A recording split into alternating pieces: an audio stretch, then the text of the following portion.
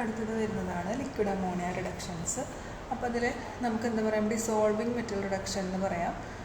അതായത് നമ്മൾ liquid അമോണിയയിൽ alkali metals ഏതെങ്കിലും, സാധാരണയായിട്ട് നമ്മൾ ഉപയോഗിക്കുക സോഡിയം ലിഥിയം ആണ്, അത് ഡിസോൾവ് ചെയ്തിട്ട് ഉള്ള കാറ്റലിസ്റ്റ് പോലെ ആക്ട് ചെയ്യുന്ന റിയാക്ഷനാണ് ഇത് വരിക. അപ്പോൾ അതിൽ solution of alkali metal and ammonia, അതായത് മെറ്റലും നമ്മുടെ ലിക്വിഡ് അമോണിയയും കൂടി റിയാക്ട് ചെയ്തിട്ട് മെറ്റലിന് എന്ത് ചാർജ്, പ്ലസ് ചാർജ് ആയിരിക്കും ഉണ്ടാവുക. ഇനി അമോണിയയുടെ ഇടയിൽ രണ്ട് അമോണിയ മോളിക്യൂളിൻ്റെ ഇടയിൽ ഒരു ഇലക്ട്രോൺ ഇതുപോലെ റെപ്രസെൻറ്റ് ചെയ്യണം. അതിനാണ് നമ്മൾ എന്താ പറയുക, സോൾവേറ്റഡ് ഇലക്ട്രോൺ എന്ന് പറയാം. രണ്ട് അമോണിയ മോളിക്യൂളിൻ്റെ ഇടയിൽ ഒരു ഇലക്ട്രോൺ വരച്ചിട്ട് സോൾവേറ്റഡ് ഇലക്ട്രോൺ ആവും.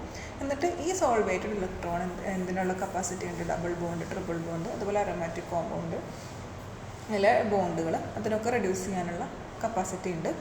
അപ്പോൾ നമ്മൾ ഇങ്ങനെയാണ് റിയാക്ഷൻ നടത്തുക. സാധാരണ ചില കോമ്പൗണ്ട്സ് ലിക്വിഡ് അമോണിയയിൽ ഡിസോൾവ് ആവാണ്ടിരിക്കുക നമ്മൾ THFO ഒക്കെ ആഡ് ചെയ്തിട്ടാണ് റിയാക്ഷൻ നടത്തുക. ഒന്നാമത്തെ എക്സാമ്പിളായിട്ട് പറയുന്നത് കോൺജുഗേറ്റഡ് ഡൈൻ്റെ കേസിലാണ്. രണ്ട് ഡബിൾ ബോണ്ട് ഉള്ള കോൺജുഗേഷൻ പോസിബിൾ ആയിട്ടുള്ള ഒരു കോമ്പൗണ്ട് എടുക്കുകയാണെങ്കിൽ നമുക്കതിൽ ഏതെങ്കിലും ഒരു റിഡക്ഷൻ നടന്നിട്ട് ഏതെങ്കിലും ഡബിൾ ബോണ്ടിനെ സിംഗിൾ ബോണ്ട് ആക്കും. അതിൻ്റെ എക്സാമ്പിളാണ് കൊടുത്തിട്ടുള്ളത്.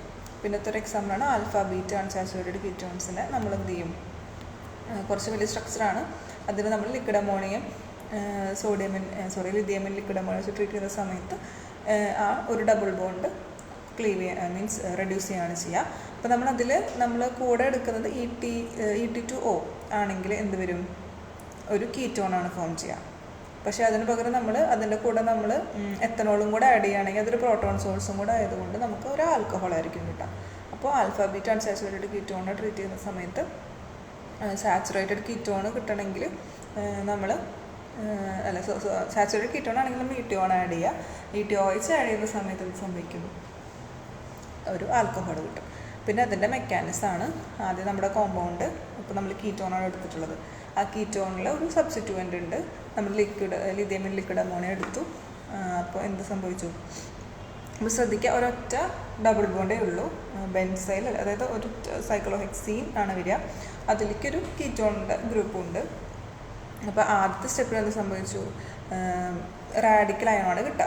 നമ്മുടെ ലിഥിയം വെച്ച് ട്രീറ്റ് ചെയ്യുന്ന സമയത്ത്, ലിക്വിഡ് അമോണിയ വെച്ച് ട്രീറ്റ് ചെയ്യുന്ന സമയത്ത് റാഡിക്കൽ അയോണാണ് കിട്ടുക.